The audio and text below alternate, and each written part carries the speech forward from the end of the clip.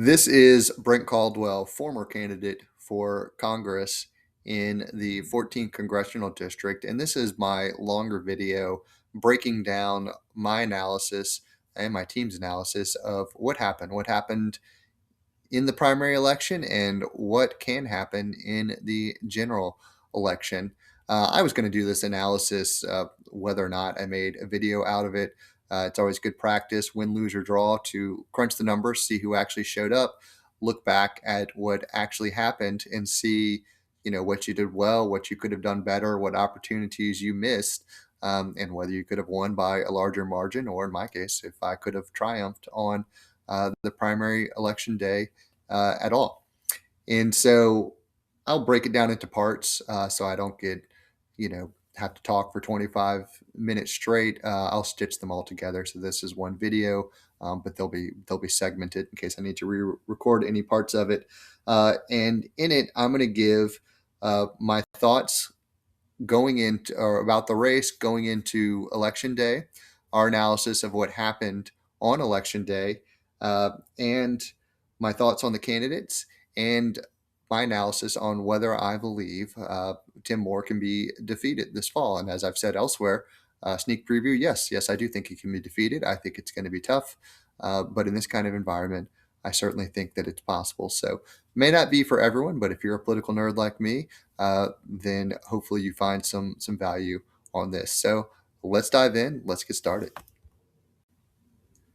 And so our thoughts going into election day. I'll give you a little insight into our strategy along the way and what we were thinking leading up to the election day and how we were feeling going into election day. And I will report that we felt pretty good going into election day. Because in many ways we felt that we were, the ones putting in the work and doing a lot of outreach. My understanding is that our campaign was the only campaign that did any paid outreach, that did any phone banking. I don't think any of the campaigns did any door knocking. Almost certain that none did any direct mail. We didn't do any direct mail because we couldn't afford it. I don't think any of the other campaigns did direct mail because they would have had to report it on their campaign finance reports. And so we thought that because we were making the effort to, contact voters and that we were showing up at events, that had put us in a good position. But we didn't have any survey data. We certainly didn't feel that it was a lock. But when you're doing, everything that you can think to do, then you're feeling pretty good. You should. And we had the Charlotte Observer endorsement. I was proud of that one. I had the endorsement of the Metrolina Labor Council. Reverend Womack had the Black Political Caucus endorsement, which I worked hard for, and I think that actually was very important. I'll talk about that. I made calls to BPC leadership, the ones that I had numbers for. We put a lot of thought into the survey. I tried to show up on the interview that they had, which was virtual because of weather. But ultimately, my understanding is that Reverend Womack, is a longstanding member of the BPC, and I know that she's donated to them previously, and so we weren't surprised that we didn't get that one. I'll get into more detail on that.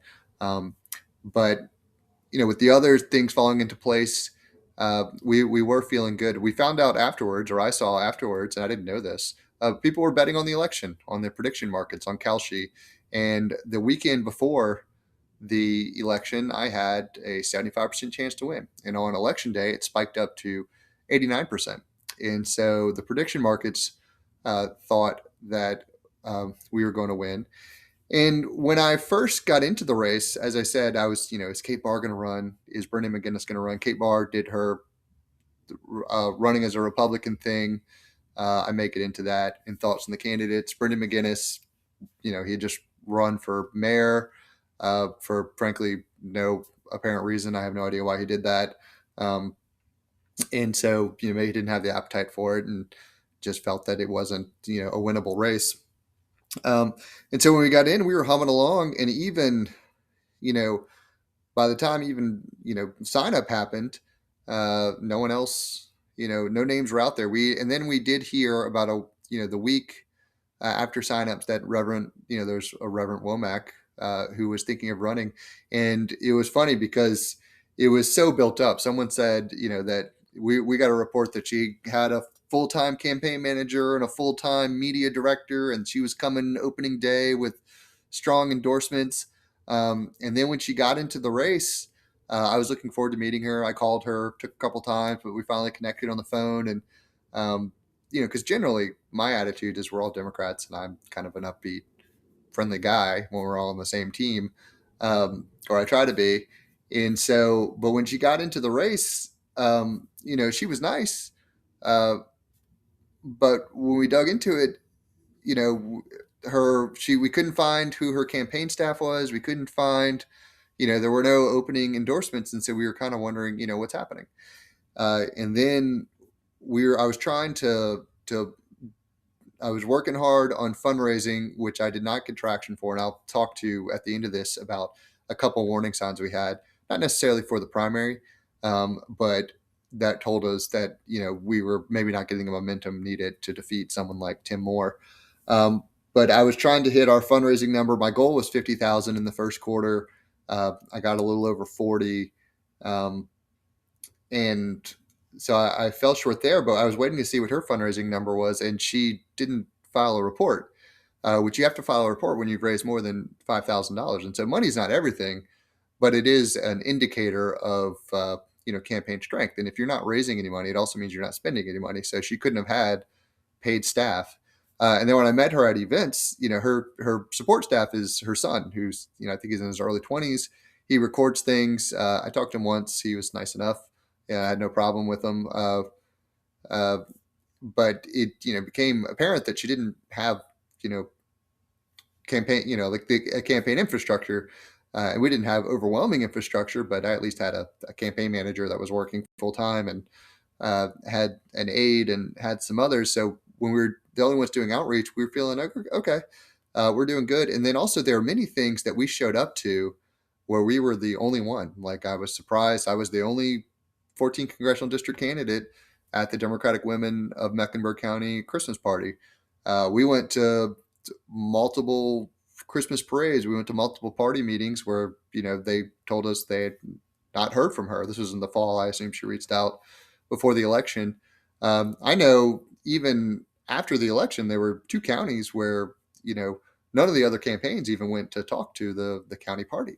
And so when you are the only one who's showing up and you're the one making calls, and also I was calling some donors, some stalwart Democratic donors here, and other activists, and they just said they hadn't heard from anybody. And I said, oh, okay, well then that made us feel pretty good. So we felt pretty good going into election day.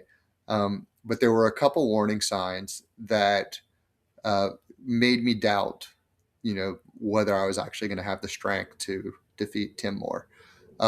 First is among a lot of activists, and like the precinct chairs and all that. I wasn't sensing the fire in the belly that and the belief that we could win, which is very important.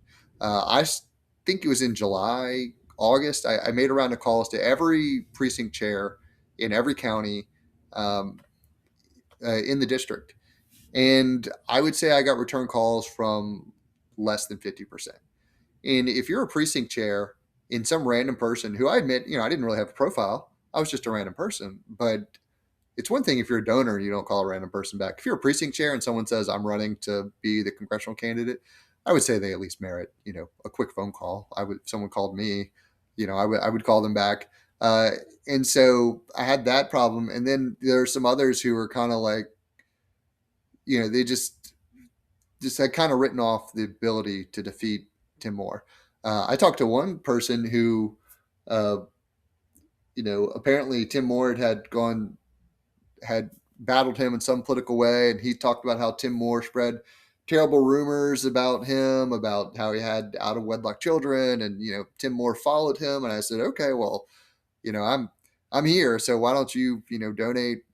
I forgot what I asked, $1,500, and I will go after him tongue and pinchers. And he goes, oh no, I can't be on a campaign finance report.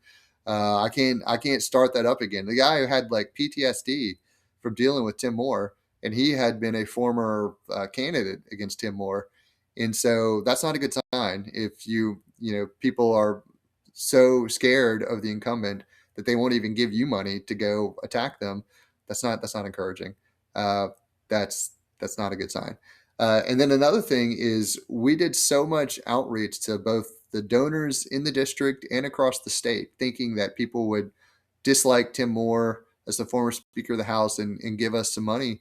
And obviously we sent a letter to like 2,600 people in North Carolina who have donated $1,000 at least 5 separate times to Democrats in the state. So they've given on 5 occasions $1,000 or more to a candidate, and then we sent a letter to them. These are real institutional donors, um, and I think the mailing paid for itself, but it really didn't get the response. We certainly didn't raise even more than like $4,000 from it. Something like that. We were thinking $10,000 plus. When you contact 2,000 people, you think you're going to get at least $2,500 checks or something, and we didn't. And then we get people on the phone, uh, and more than once they would just say, well, I'm investing in more competitive races, or I'm trying to allocate my money to Roy Cooper. And it's kind of a self-fulfilling prophecy. I'm like, well, it's not going to be a competitive race if you don't give me any money, or anybody any money. And so those are 2 warning signs that made us a little worried about the ability to really take on Tim Moore in the general. But going into the election, we called a lot of people. Surprising number just were unresponsive. Interest groups that like wouldn't meet with us. There's this group called the Kudzu Coalition, and I said, oh, we tried to reach out to them multiple times. They never got back to us and wouldn't let us address them. And other groups, and that's their prerogative. That's fine. But everyone who was willing to meet with us, we met with them. We hosted probably 15 or 20 events ourselves, and meet and greets. We had hundreds of people attend those. And we made, I would say we sent close to 200,000 text messages. We made, 10 to 20,000 phone calls. We sent a couple thousand letters as fundraising, and then we had events where hundreds of people attended, and so we were plugging along, and we were feeling good going into election day, or as good as we could have. And so what happened? Let's get into that in the next video. And now for what happened on election day. Now, one of the reasons, in addition to me just taking it easy, that this video is a little delayed is because I wanted to get the data in Vote Builder for election day. But Harmon Droge, the data director, is apparently on his honeymoon. So congratulations, Harmon, at least according to his auto reply. So that information hasn't been updated.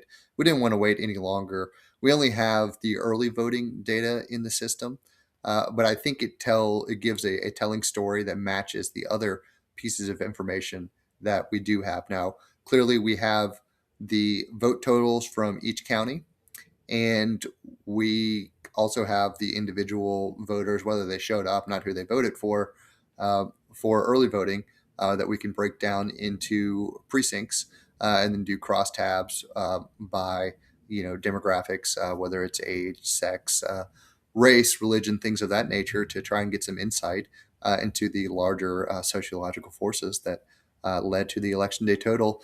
And this one I don't think is really the deepest mystery, and so I won't hide the ball. Our baseline theory is that the competitive nature of other races on the ballot in Mecklenburg County drove turnout here in a way that gave Reverend Womack an insurmountable lead by turning out voters and demographics that are favorable to her. So we lost by 4,100 votes, and if you look across the district where that vote came from, well, in Mecklenburg County, we lost by 3,800 votes. So that's the ball game there. Reverend Womack also had a significant lead in Cleveland County. She won by 1,000 votes. My understanding is that she has church networks there. I have great respect for the Black political church and their politics. I actually wrote my master's thesis on the Southern Christian Leadership Conference by interviewing the churches that once made it up, and so I think that those ties helped her in Cleveland County. But really, if you look at it, it breaks down to, I did quite well in counties that had white majorities, but they are counties that also have small populations of Democrats. So had a huge lead in Polk County. I think less than 1,200 people voted in the primary in Polk County.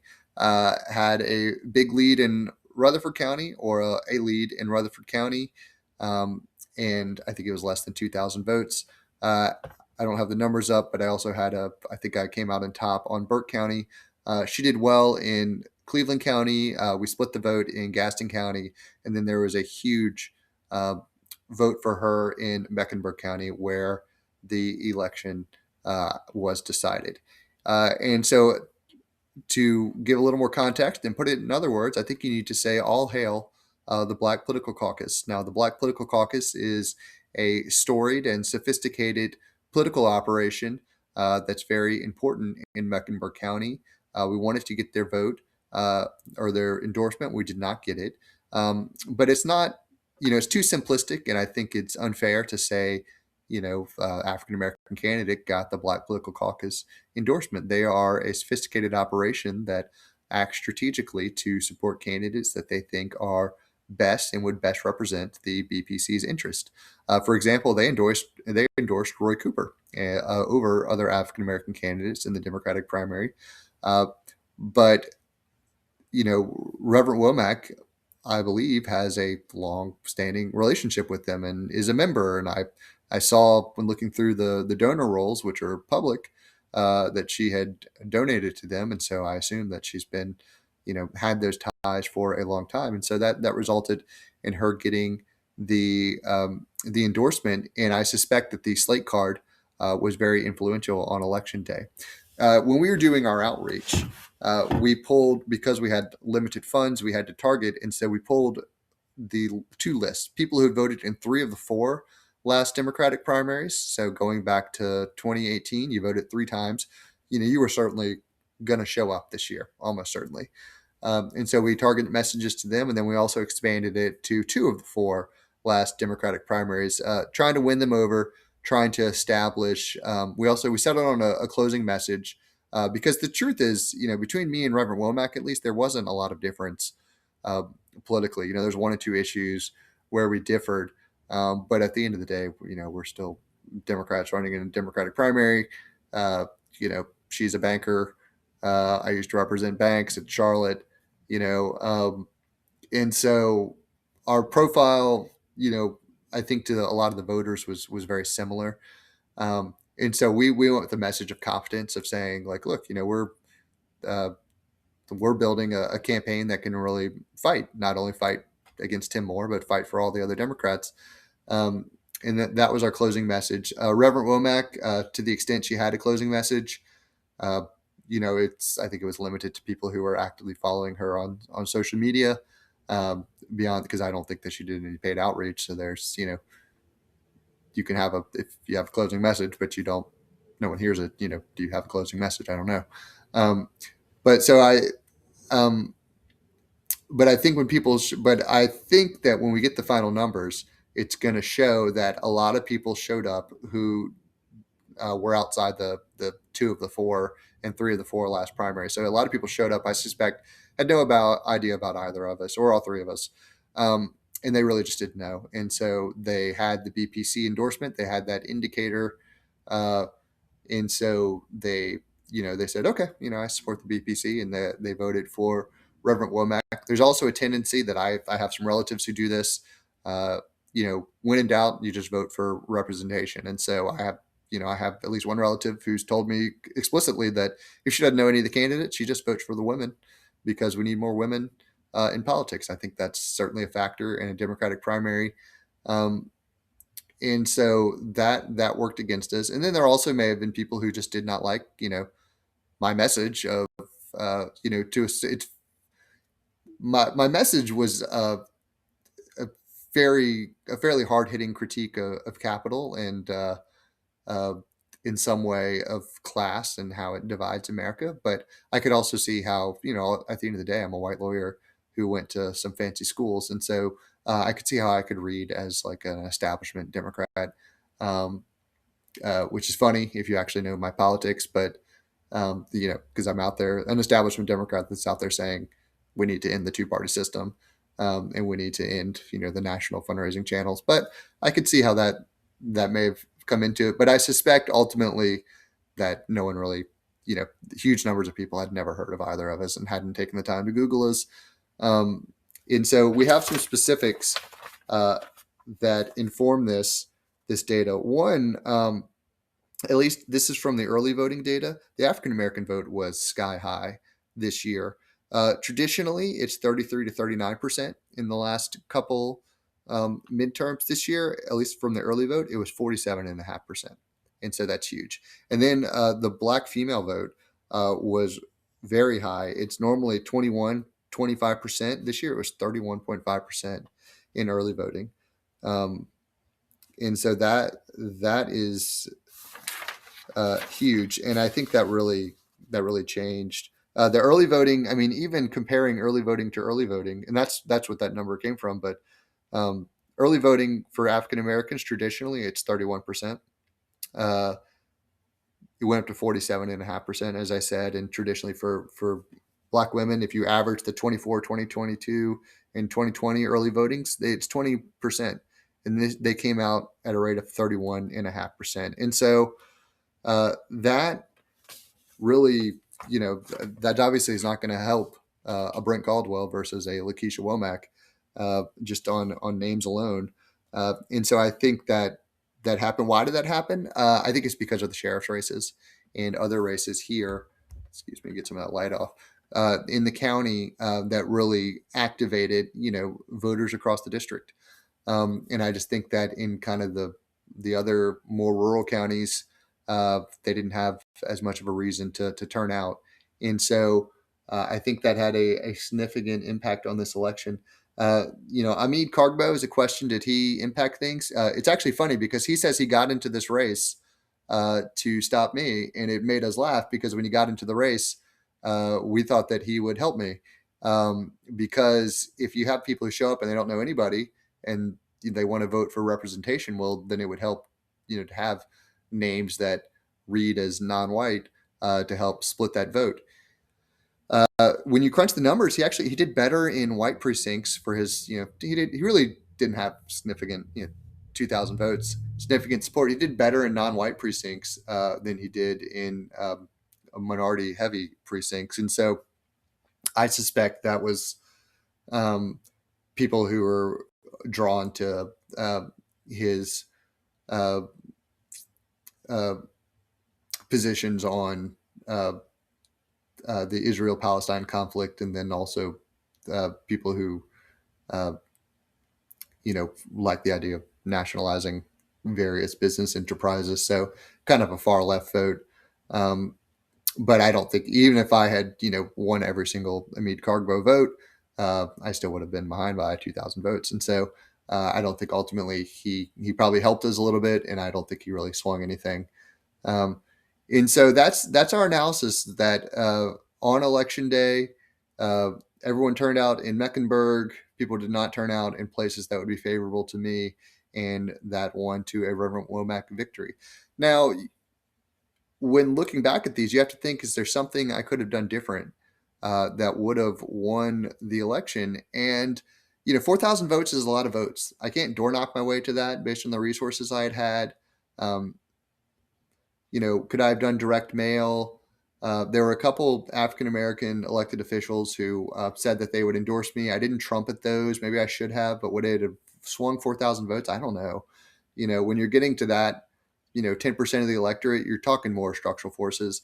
The only endorsement I think really could have moved that many votes is, if Jeff Jackson had endorsed me. And we didn't ask Jeff Jackson for his endorsement because me and my team think, and I think we rightly think, that Jeff Jackson's a friend to all, and he's not going to pick a side in a Democratic primary. I know Jeff. I talked to him about the race. I talked to him while I was on the campaign trail a little bit when I saw him at events. But I'm not a Jeff Jackson protege. I don't think he's going to get into the primary for me and help swing it. So we didn't ask him. because I think he just would have politely declined. And that's the only endorsement I could think of that really would have swung large amounts of votes. I mean, the truth is there weren't significant uh, campaign events. Um, we couldn't get press coverage. We called a lot of people in the press, and they just didn't. They wouldn't even call us back. They wouldn't even give us an interview. So it's hard to get our message out there. The only channel left was paid, and I told myself, and for myself and my family, I wasn't going to be one of those candidates that got you know tens of thousands of dollars in debt. Direct mail is you can round up, but it's about $1 a piece. And so for me to send, there were 40,000 people who voted. For me to contact them, that's $40,000, and I wasn't going to take out a second mortgage just for this campaign. Finally, we did consider, as you do, you should always consider every angle if you are taking it seriously. And we thought about, is there something to go negative here? And so we built up, files on everybody. Reverend Womack has a long trail of writings on the internet. You could just Google her. Multiple podcasts, multiple blogs. Took a lot of time to go through it, and there were a couple things that we thought, oh, you can like spin this to be negative, but I thought it would be an unfair interpretation. Sure, Tim Moore, who I'm sure they already know all this because it's again, I'm not giving away a secret. You just Google her, and there's a huge trail on the internet. I don't think he'll have that same hesitation, but we decided, it's just not the kind of the race I wanted to run. If it really, even if somehow it had, we had been able to, we actually cut a negative ad, but then I was like, oh, it's just not worth it, and so we shelved it. I'm just not the that's not I don't like to attack fellow Democrats. I don't like to attack people for unfair reasons, and so I decided not to do that. And I don't think if I'd done it, it would have won anything. The strategy there would have been to like drip, drip, drip it, and kind of be like, well, who knows what else is out there? There's these few things that have been spun negatively, but I think it would have been a bad faith attack, and um, I didn't want to do that against her. Cargbo, there were a couple things, we saw, that he had an arrest record, which I'm going to talk about in the thoughts on the candidates, but uh, I didn't want to, even though he was attacking me relentlessly, uh, even then, I just didn't want to bring it up, and I didn't think that he was really a factor. And so, I wasn't I don't think it would have changed anything. And so, and I'm glad I made that choice, because even if we had somehow gone negative and won, it would have been a pure victory. Certainly would have hobbled us in the general election and put us in a situation where you could lose there and then everyone hates you afterwards. So um, obviously I will keep staying up to see what I could have done differently. The only thing I could think of that I really is if I'd asked the labor people to knock on some doors and to really try to boost the vote in Gastonia, um, maybe, but we just didn't have the resources to knock on a bunch of doors and to move 4,000 votes, turn out thousands of votes. You got to put in, you got to knock on a lot of doors, and so we just didn't have that level of infrastructure, um, and so. Generally happy with the race that we ran. Proud that I didn't make a bad faith negative attack or do anything like that. Proud of my team, and it's just disappointed that some of our more innovative techniques, which required a little bit more money or being the nominee so that we would get the attention, we're not going to be able to exercise them. But yeah, at the end of the day, even the best run campaigns, they only move to 3% of the vote, and the rest is larger forces. And so uh, right now, I think that the larger force was Mecklenburg County had a great turnout because of competitive sheriff's races, um, and that's why we came up short on election day. And so, but I want to give my thoughts on the candidates next, and then finally, the most interesting, my thoughts on how Tim Moore can be defeated. And so, my thoughts on the candidates. I'll start with Reverend Womack. I like Reverend Womack a lot, as I've said elsewhere. I've already even before the election, I said if I didn't win, I'm happy to give you my donor list. I'm happy to give you my emails. I'm happy to give you my volunteer list. I think we had like 100 people sign up to be volunteers. Um, I had 3 interns that I was willing, or I was going to ask them to go work for her, and I think they would have been willing to do it. She hasn't taken me up on that. I called her the night of the election, didn't get through. Tried her 1 or 2 times after that. I sent her a text to concede. She said thanks. That's been our only contact since then. And I think that the reality is she doesn't, have campaign infrastructure to slot them into, because uh, she didn't file a campaign report at the end of the year. But I saw actually 2 days ago she filed one, the first one, um, for the Q4 2025, and it shows that she had raised $260. So uh, I thought I saw elsewhere that she's lent herself $4,000. But these databases that you have to put these emails and phone numbers into, they're expensive. Ours was $1,650 a month. Uh, and if you don't have like campaign staff, you don't want to take on interns because you don't have anything for them to do. They have to be directed, um, and, trained, because this is often their first job in politics. So um, I'm archiving everything now because I don't want to continue to pay for that expensive software. But if I can access it, I'm happy to give it to her. When we first heard she was getting into the race, I found her podcast called The Politics of Jesus, and I listened to multiple episodes, and I found that she and I have the same interpretation of Christianity, which is a revolutionary movement that should model a better way of being in the world based on love and being your brother's keeper. And so uh, I have tremendous respect for that. And I like that about her. As I said on the campaign trail, Reverend Womack and I are from the same part of the country. I'm actually from the Mississippi Gulf Coast, and she's from close to the Alabama Gulf Coast. I suspect where she grew up was about 60 miles from where I grew up, and we both moved to Charlotte about the same time. And so I have great respect for Reverend Womack, and I am happy to help her any way that I can. Um, I understand she wants to chart her own strategy, and so I wish her the best of luck. And if I can be of assistance, then I am willing to do that, um, because I think she, can be a good candidate. And on Amid Kargbo, well, I'll say he didn't make the same positive impression on me that Reverend Womack did. When he first got into the race, I thought he was going to be a young man getting his name out there, maybe with some exciting ideas. And instead, I found him to be aggressive uh, at public forums, on Facebook, and in private conversations with other people. More than one person told me that he called them just to talk about me, which is flattering in a way. I also found that he engaged in bad faith misinterpretations of my positions. He said that I was a defender of genocide. I think he called me a colonialist once. There's nothing that I at all said that could be fairly construed to fit either of those positions.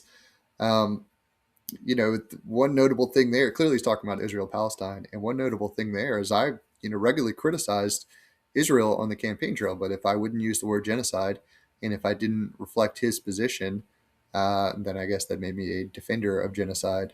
The truth is, I'm a lot more focused on, the working class of the district than I am on that or any other international affairs matter.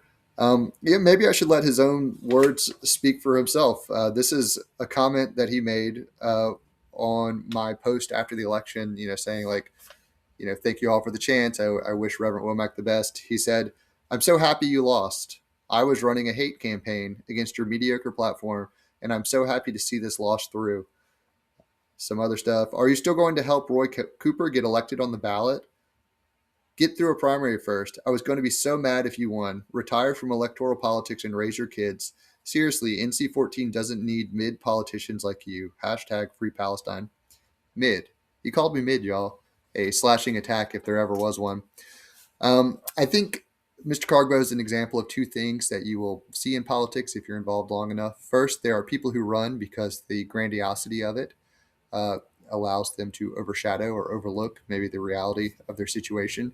As he was open about on the campaign trail, he graduated high school in 2018.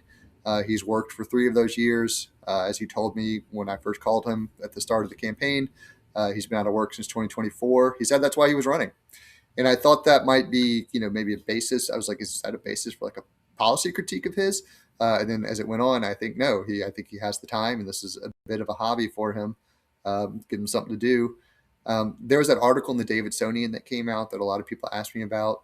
I don't think it was the biggest deal. It reported that a couple years ago he got in trouble for reckless driving, wanton disregard for human life, and then he had to. And then later on, he was caught driving without a license and had to enter a plea bargain.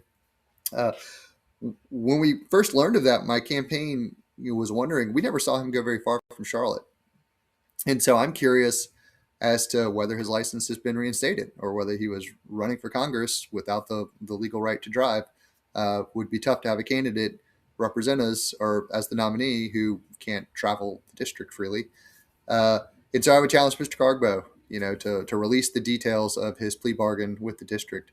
I think that his response was more problematic than actually what was revealed, because those were a couple of years ago. But when he was asked about it in February, I think, he said he has no remorse and that police violate the traffic laws most of all. And so I think that speaks to a certain immaturity. Um, and so when you put it all together, he's been out of work for a while. He may not have the legal right to drive. Um, I just, I think there's some other things he needs to get in order before he runs for federal office. Um, and then the second thing is when you're out there trying to like build a coalition and actually win over swing voters and trying to win elections, you will certainly have the experience of someone who comes up to you who you have not seen do work in politics, who will say, your problem is you're not ideologically pure enough. And if only you just let it rip, um, in your own ideologically pure way, that's what you should do. And that's what he was doing. But I don't think it was a good fit for the district. I think he comes across better in snippets than in long form, because forum after forum, it kind of added up. And I was like, man, this is kind of getting crazier and crazier, at least from my perspective. Uh, he said that we should nationalize Duke Energy. Um, it's one of Charlotte's largest employers. I think Tim Moore would have a field day with that. I would tighten, the hard fought regulatory framework in place that we got from the progressive era before I would go have, American federal government take over a Fortune 500 company. He said that we should have a government provider of cell phone services. I pay $20 a month as Visible. Comes with a hotspot. I don't know what bill he's facing. Maybe he should check that out. Says we should nationalize AI. Does he want to do all the thousands of startups or just one or two big companies? Unclear. And so stuff like that altogether, that's what you say when you really don't care what happens on election day, when you have no intent of winning over any voters, and you are not worried about your impact on other races on the ballot. I'll close by saying I'm happy to have youth voices in politics. I started as a youth activist. I'm happy to have them run for office. I mean, AOC, LBJ, Bill Clinton, they all ran for Congress in their 20s with varying success. Two of those won. Bill Clinton lost. And I like that energy. But I want the excitement of youth activists to be, innovative ideas and not the excitement of, calling people supporters of genocide or slashing attacks and things like that. There's a problem on the right wing with bombastic people who go for headlines, but you know, people like Marjorie Taylor Greene. But the solution for the left should not be to have a left-leaning Marjorie Taylor Greene. And so that's kind of what I think Mr. Cardbow was going for. It's not how I like to do politics, and so I did not get a favorable impression overall on the campaign trail from Mr. Cardbow.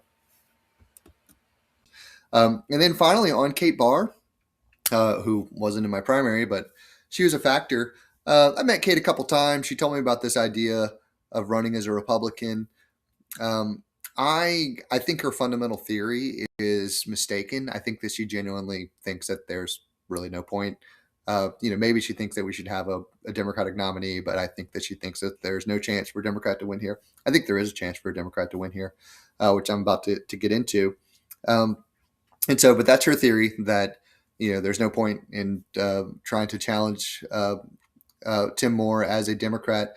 I thought there could be some fun things with Kate Barr, where we would all the candidates would issue a statement, and it would be like everyone but Tim Moore. I tried to get one going, calling for the resignation of Howard Lutnick for his ties to Epstein.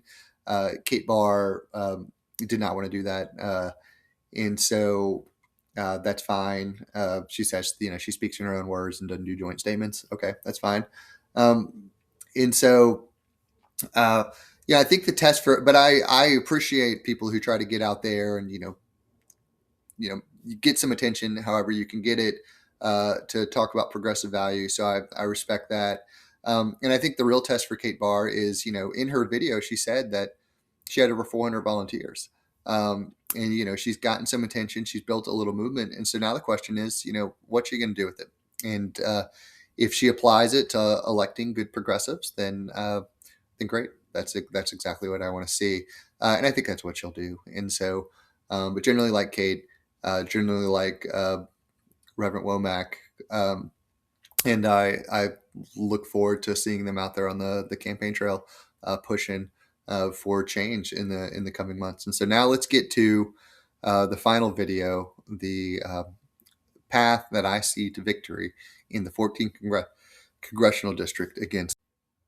And now for what is probably the most interesting part of the video, do I think that Reverend Womack can win and Tim Moore be defeated? Yes, I do. I do think that it's possible in this election year. I think that we're going to see upsets across the country. I don't think it's going to be easy, but we put a lot of thought into it, and we do think that it is doable. On my campaign, we worked up 3 campaign budgets. We had a $200,000 to $240,000 budget that really just kind of kept the lights on. We had a $300,000 budget that was probably really where we thought we would end up, and then we had our $400,000 to $450,000 Cadillac package budget. It's a little funny to call that the Cadillac package because in a congressional race, getting under $500,000 is still pretty bare bones. To give you some context, from the last election until the last report, Tim Moore has raised $1.5 million. He has $1.2 million cash on hand, and I'm sure he can turn on the money spigot any chance that he wants or any needs to, anytime that he needs to. But we were going to be a young, scrappy guerrilla effort.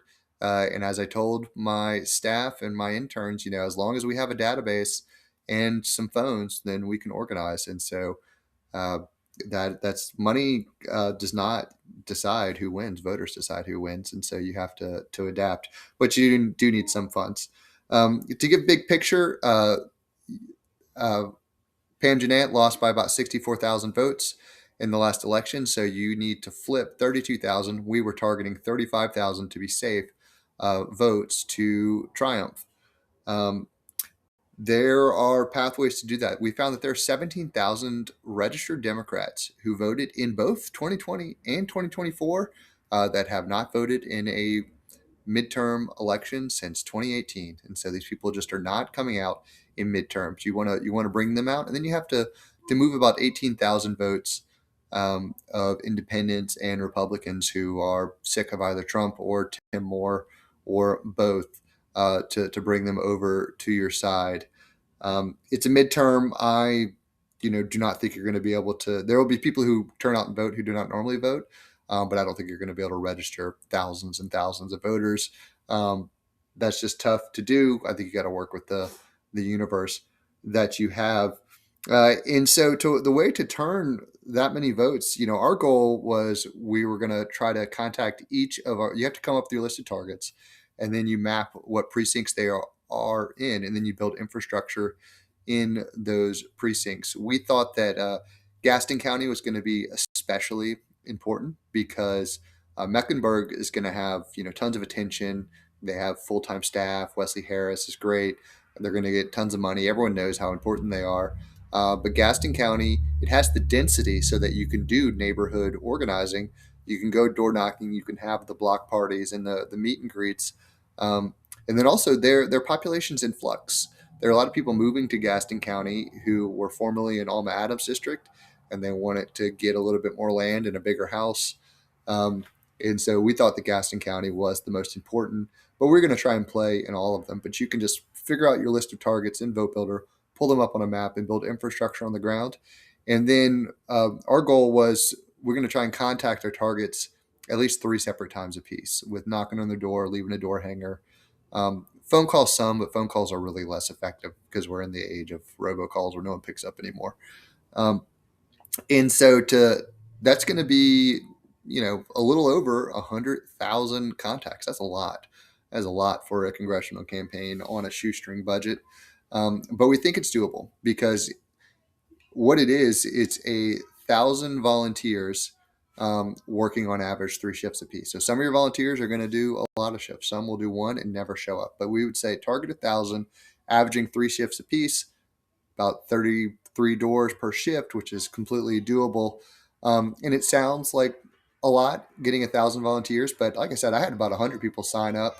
There's probably 100 to 150 precinct chairs in the counties already, and so you would think that they are going to do 3 shifts apiece. And and then, Kate Barr in her video on election night said she had over 400 volunteers. So that's maybe halfway there. The No Kings rallies that are coming up next week, I think you could pick up 200 to 400 volunteers there, at least to get them to sign up. And so it takes real organizing work. And I think the first task of anybody who's door knocking between now and the end of summer is talking to people and actually recruiting more volunteers. And so that you can have August, September, October really focused on reminding people to vote. And so I would aim, for 100,000 attempts by 1,000 volunteers.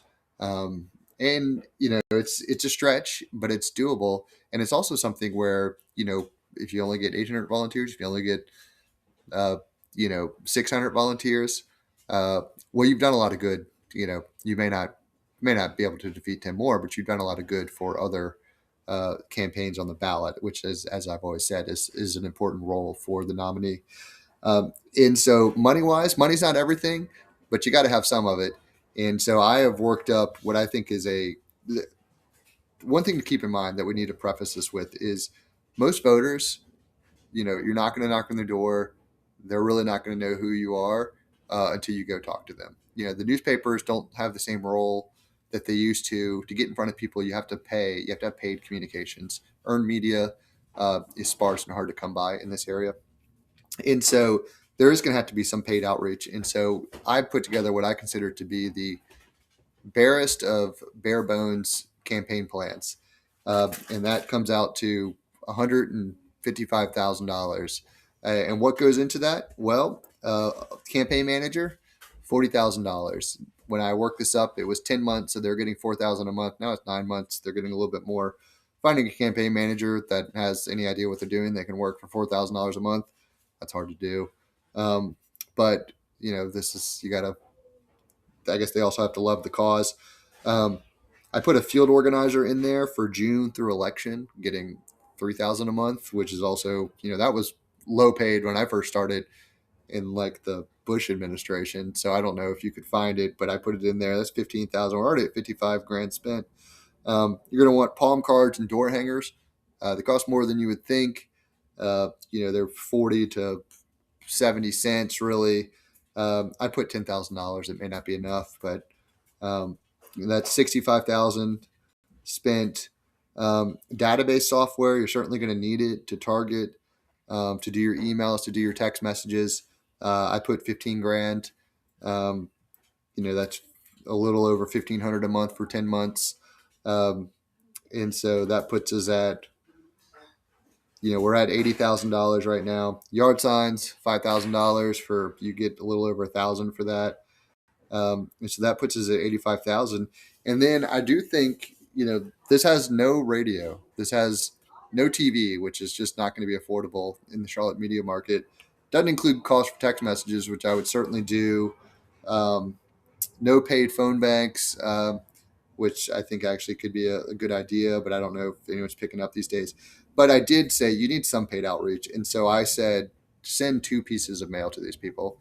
And So average about a dollar a piece when you work in printing, design, postage, which you get the bulk mail rate for pre-sorted if you use a mail house, and adds up to. And so I had two pieces of mail to 35,000 people. So that adds up to 70,000. That adds up to 155,000 with no other mail or outreach. Our campaign budget, we're going to do great use of yard signs, and not yard signs, billboards, because it's the age of meme.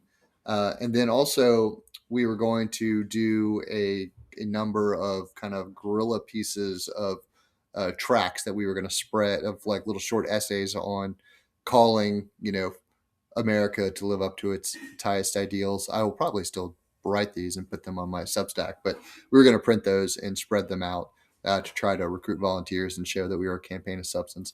This isn't included in that, but I do think that if we can, on $155,000 with 1,000 volunteers, you actually have the opportunity to defeat Tim Moore.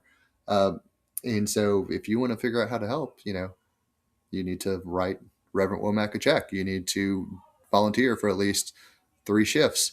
I call on anyone who listens to this, anyone who supported me, to do that, because that's what's needed to help put her over the top. So far, she hasn't reported raising any money, but it can still be raised in the time frame that we have. My friend Jesse Oppenheim, he raised like $280,000, and he dropped out of the race. And he also had a district that was more Republican than this one. And so if she makes the phone calls and she does the fundraising, she can definitely get puts in the effort to do the fundraising infrastructure. She could definitely get to $155,000. What do I think Tim Moore's going to do? I think Tim Moore's going to do absolutely nothing. I think he's going to do play at safe events where he doesn't engage the public. I do not think that he will agree to a debate unless it gets close. I think that the reality is that Tim Moore's campaign, they may run a poll in July, see if Reverend Womack has any name ID. They may run a poll again in September. And if it looks like it's getting close at all, I think that they are going to just open by going deeply negative and just trying to define Reverend Womack, using the writings that she previously did that are available on the internet. I don't think that there's anything out there that really is in a fair interpretation. She should be attacked over, but there's so much there that I think that they will spin it up to attack her unfairly, because you're trying to make him unemployed. This is his life's work, and you're trying to say that he's bad at government. You're trying to say that he is possibly a bad person. Also on Tim Moore, we were going to, and I would recommend that you go relentlessly negative against Tim Moore throughout the campaign. Our plan was going to be every month we're going to highlight alienation of affection lawsuit, whether it's the chicken plant, whether it's the insider trading of stocks, whether it's these other scandals, large and small, and there's a number of them out there. Every time you heard about Tim Moore, we want you to think something negative, so that if you couldn't even put your finger on it, all you knew is just somewhere in the back of your head, it was just a little shady. And so I would recommend that approach throughout the, and we were going to do that on his side as the tired, old, self-interested politician, where I was going to be the young, fresh-faced family man who was a man of ideas. I would recommend that Reverend Womack do the same thing, because you not only need to turn out your voters, but you need to turn people off of Tim Moore. And they're not going to do that if. So, you can close the gap by, turning voters off of him, as well as by turning voters on to you.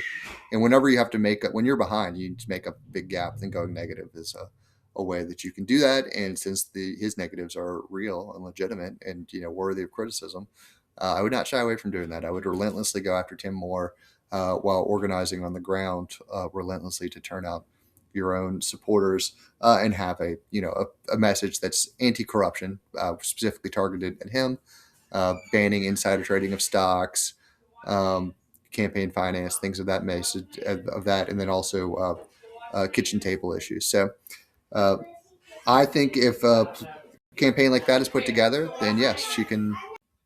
And those are my thoughts on the election that was and the election that is to come.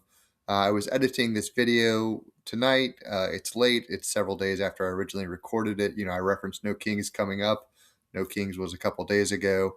Um, I also have spoken to Reverend Womack since I first recorded that. We crossed paths at a Roy Cooper fundraiser in Shelby, North Carolina last week and exchanged some pleasantries.